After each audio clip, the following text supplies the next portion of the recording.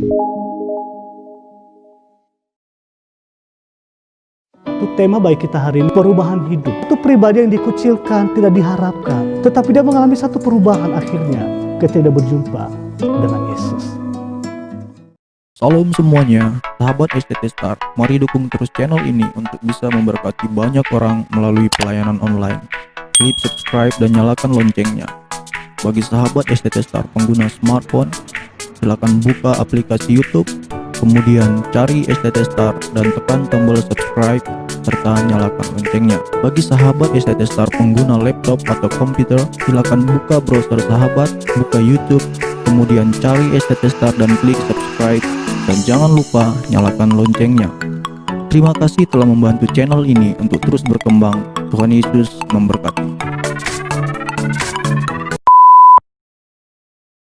Salam Bapak Ibu Saudara yang dikasihi oleh Tuhan dimanapun berada. Kita jumpa kembali dalam perenungan rohani pada hari ini.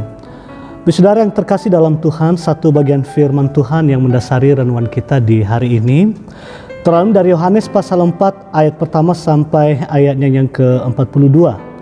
Tapi yang kita baca hanya dari ayat 28, demikian kebenaran firman Tuhan. Maka perempuan itu meninggalkan tempatnya di situ lalu pergi ke kota dan berkata kepada orang-orang di situ.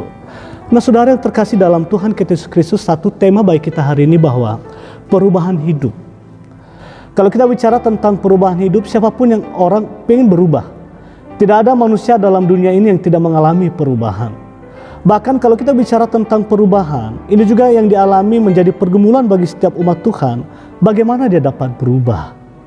Saudara, dalam teks pembacaan kita hari ini, di sana dikatakan bahwa ada perempuan Samaria yang berjumpa dengan Yesus. Ya, kalau kita melihat dalam ayat yang ke-7 mengatakan bahwa di tengah hari ia menimba air, padahal kebiasaan masyarakat menimba air di pagi hari atau sore hari.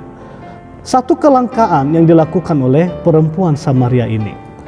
Nah, Bapak Saudara, kalau kita melihat dalam ayat ke-16 sampai ayat ke-18, dikatakan makin jelas dikatakan di sana bahwa siapa sih perempuan Samaria ini? Di sana dijelaskan bahwa dia adalah orang yang berdosa dan dikucilkan. Mungkin profesinya adalah wanita yang tidak baik. Maka jelas ketika dia menimba air di sumur itu, bukan di pagi hari atau di sore hari, tetapi di siang hari supaya tidak ketemu dengan orang.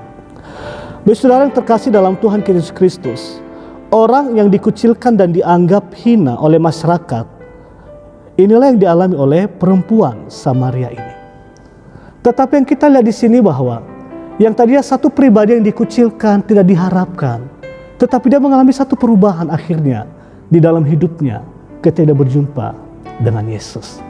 Artinya bahwa perubahan itu bisa terjadi kalau kita menjadi satu pribadi yang mau bertemu dengan Yesus secara pribadi. Maka menjadi pertanyaan bagi kita hari ini, bagaimana supaya terjadi perubahan dalam setiap kehidupan kita, apalagi perubahan dalam setiap kehidupan kerohanian kita.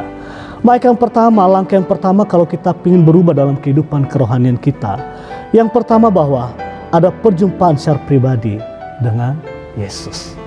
Saudara yang dikasih oleh Tuhan, kita pasti mengenal zaman Zakheus, Paulus, mereka dulunya adalah orang-orang berdosa. Tetapi karena perubahan perjumpaan mereka dengan Yesus, maka mereka mengalami satu perubahan, maka mereka dipakai secara luar biasa. Sama dengan perempuan Samaria ini. Dikatakan dia adalah perempuan yang tidak benar. Tapi pertemuan secara pribadi dengan Yesus merubah jati dirinya menjadi satu pribadi yang mengenal Yesus akhirnya.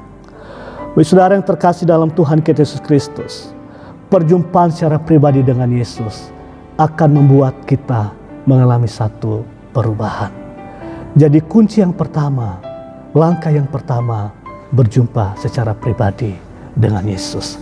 Kemudian yang kedua, Bapak Saudara, bagaimana caranya supaya kita mengalami perubahan adalah kita harus mengakui terhadap kedaulatan Yesus.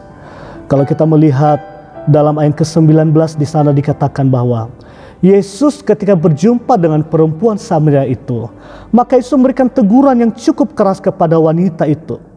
Ya. Tapi kita melihat bahwa ketika Yesus menegur wanita itu dengan keras, wanita itu menerimanya. Dia tidak marah saat Yesus menegurnya. Sebaliknya, ia justru mengakui kedaulatan Yesus. Saudara yang dikasihi oleh Tuhan kita Yesus Kristus, kita juga bisa berubah jika kita mengakui kedaulatan dan kekuasaan Yesus dalam kehidupan kita. Sepanjang kita tidak mengakui kedaulatan Yesus dalam kehidupan kita, maka kita akan sulit mengalami satu perubahan dalam kehidupan kita. Maka salah satu caranya supaya kita mengalami perubahan, tadi yang pertama dikatakan bahwa berjumpa secara pribadi dengan Yesus. Maka yang kedua, kita harus mengakui kedaulatan Tuhan dalam hidup kita. Ada kebenaran-kebenaran firman Tuhan yang sering menjadi bacaan kita, tapi yang menjadi pertanyaan, apakah kita menghidupi kebenaran itu sebagai kebenaran daripada Tuhan, perkataan Allah, firman Allah yang sanggup merubah segala sisi kehidupan kita. Kemudian yang terakhir Bapak Saudara, bagaimana caranya supaya kita mengalami satu perubahan? Maka bahwa kita memiliki keterbukaan terhadap perkara-perkara rohani. Ayat ke-20 dikatakan di sana bahwa dalam kisah itu dinyatakan bahwa perempuan itu berubah karena dia mulai memiliki kerinduan, memiliki minat untuk hal-hal rohani, untuk kemajuan imannya. Saudara, saya mau katakan hari ini, tidak akan mungkin terjadi perubahan dalam kehidupan kita kalau kita tidak memiliki kerinduan untuk mengenal Yesus dalam hidup kita. Tidak mungkin terjadi perubahan dalam segala kehidupan kita kalau kita tidak memiliki keintiman yang benar dengan Tuhan. Bapak Saudara, dalam kehidupan kita semua kita ingin berubah. Tetapi yang terutama yang Tuhan inginkan dalam kehidupan kita, perubahan kerohanian kita. Mungkin kita mau ingin berubah, tapi kita tidak menikmati perubahan itu. Kita tidak menemukan perubahan itu dalam kehidupan kita. Maka hari ini kita diingatkan bahwa kalau kita mau mengalami satu perubahan dalam kehidupan kita, alami perjumpaan secara pribadi dengan Yesus. Kemudian yang kedua, akui kedaulatan Tuhan bahwa Dia sanggup merubah segala sesuatu dalam kehidupan kita. Dan yang ketiga, kita harus memiliki kerinduan untuk perkara-perkara rohani kita, supaya kita semakin hari semakin mengalami perubahan. Dan tidak hanya perubahan kita alami, ada buah-buah rohani yang terjadi dalam kehidupan kita, sehingga kehidupan kekristenan kita menjadi berkat bagi banyak orang. Saudara, tidak sulit berubah itu.